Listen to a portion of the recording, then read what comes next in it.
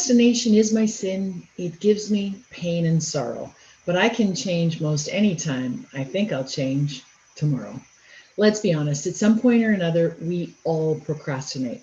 And sometimes that's a good idea as things are shaping or forming in our minds, but most of the time, that's not the case. And we're putting off something that needs to be done. So, why are we putting it off?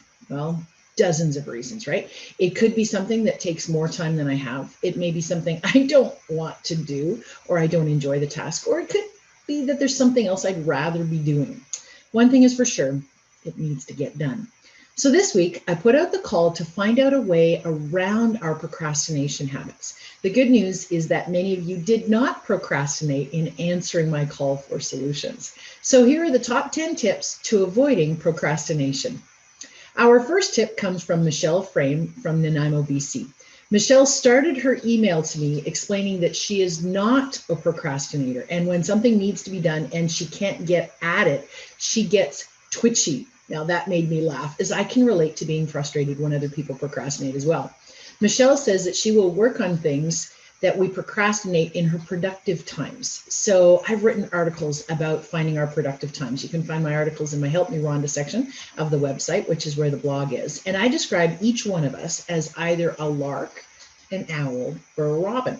And by knowing where your productivity zones are, it's easier to perform a task. Exercise is a good example of something that many of us procrastinate on. And if you know where your energy zones are, like Michelle was talking about, you're less likely to procrastinate if you work with them. For instance, if you're a lark, you will likely procrastinate on your exercise if you plan to exercise at 8 o'clock at night. If you're an owl, you will likely procrastinate on it if you plan to exercise at 8 in the morning. So check out the article and pay attention to your energy cycles so that you can avoid procrastination the way that Michelle does.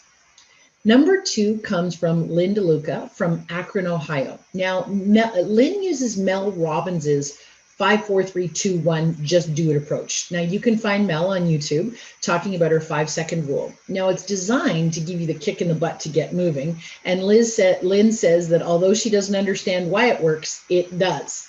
Count 5, 4, 3, 2, 1, and do it. Lori Stein from Plano, Texas says that for her to avoid procrastination, she puts everything on her calendar. When she procrastinates, then she has to physically move appointment on her calendar to put it to a time slot, which reminds her that she is procrastinating and should be doing her tasks instead of putting them off. A little guilt never hurt anyone, right, Lori? Awareness is a big part of avoiding procrastination, and Lori's tip brings us awareness.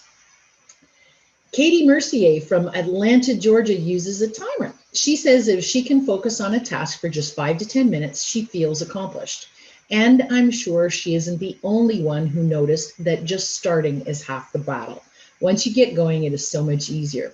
That Pomodoro technique that we keep talking about keeps showing up as solutions. Number 5 is from Rhonda Strong from Kingsport, Tennessee, with a tip that she learned from Hallie Warner, and it's a good one. Rhonda says to treat each week like the next week will be vacation. We tend to accomplish so much more when we know we won't be in the office the following week, right? Which is true. And while I would love to be on vacation next week, I'm not. It does change the mindset when we are on vacation, because I certainly don't want to be doing work on vacation either. So sometimes treat it as if next week is vacation.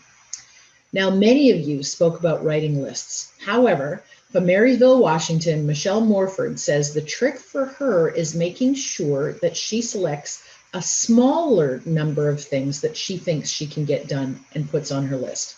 This, she says, is to ensure that she feels a sense of accomplishment at the end of the day, while accounting for the fact that she's overly ambitious in what she thinks she can get done. And there's always that unscheduled work that comes up. So great tip, Michelle. Jana Reffel from Arvada, Colorado says that she has a reminder and a placeholder on her calendar for her daily power hour that takes place every morning at 6:30. She picks 6:30 because she knows she's productive in the mornings, and many other people just aren't working yet. So she's a lark, which she calls it just do it -PH, her power hour. So she sets a 15-minute timer where she works on the items within her I don't want to do it, but I need to do it list, which we all have. And then she proceeds on to other items that are on the list. Jana will start with one item she absolutely doesn't want to do and gets it done. To make it even better, she has a rotating list of her power hour songs that she quietly plays in the background, which helps her get going and get motivated. She also has a small reward at the end of her time, which is part of her motivation. Sometimes she says it's a piece of chocolate or a cup of tea that she won't have until her power hour is over and her dreadful tasks are done. She says she likes to remember the phrase, start by starting, on those days that she just doesn't want to do it. So Jen is obviously doing a good job of combining several solutions and adding a nice reward at the end. So good job, Jenna. Number 8 is from Chrisanne Nickel from Ottawa, Ontario. Chrisanne starts with the task that she dreads the most, so the rest of the day seems easy. Now, Brian Tracy wrote a book on this, and it's called Eat the Frog, and that's exactly what Eat the Frog means. So Lynn Daniels Woda from Milwaukee, Wisconsin takes the Eat the Frog a step further, and she says that the day before, Lynn will identify her Eat the Frog item for the next day, even if it's only part of a larger and uglier project. Now, sometimes priority issues come up, and if a priority issue supersedes her original item, she still gets the daily mental "you tried" credit and shifts it to the next day. If she ignores an item, that means the next day she has to eat 2 frogs, and nobody wants that. Great visual, Lynn. Number 9 is from Kim Picard from Embrun, Ontario. And Kim says she uses Post-it notes in a different way than most of us do. Kim uses the big Post-it notes for big jobs and the small Post-it notes for little jobs. And she says she gets a sense of satisfaction when she sees very few or no Post-it notes on her cupboard doors. I like the visual. And number 10 is from Lisa Larrabee Graham Cudd from Marion, Ohio. Lisa shares that she loves to keep a running to-do list and highlights each task as it's completed, even the small stuff, she says. Lisa says that it is satisfying to see all those items crossed off at the end of the day, no matter how big or small. And I agree. And now I get to cross off my do the video off my list today. I know that some of you have seen the meme that's traveling online that says the reason I procrastinate is that I still get stuff done while I procrastinate. It rings true, doesn't it, right? So I hope this week is a procrastination-free week.